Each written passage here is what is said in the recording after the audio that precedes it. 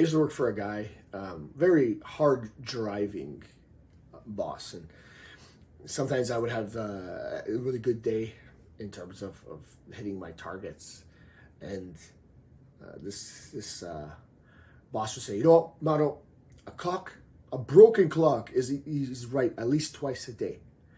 And you think about it, what's that mean? Is like, if that clock stays on the wall and it doesn't change the time, at least at 2 points in the day, it will be right. So it's possible to be right a couple of times, even though the general approach is not correct.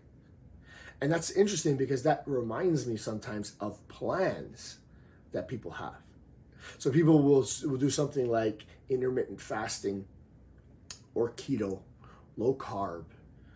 They'll do a lot of jogging, and they will succeed and feel like that's the approach for everybody. The truth of the matter, these things are tools, and some tools fit certain jobs and some don't, and some are long-term tools and some are short-term tools.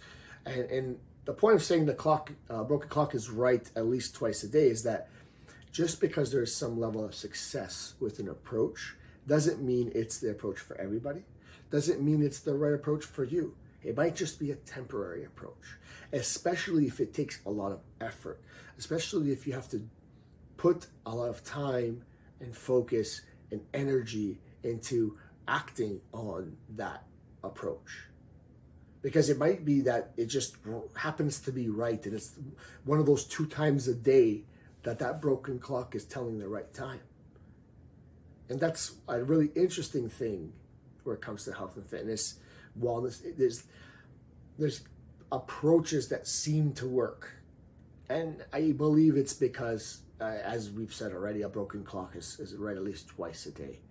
It's sometimes they succeed in spite of the approach. It's most likely the person putting in that concentrated effort, that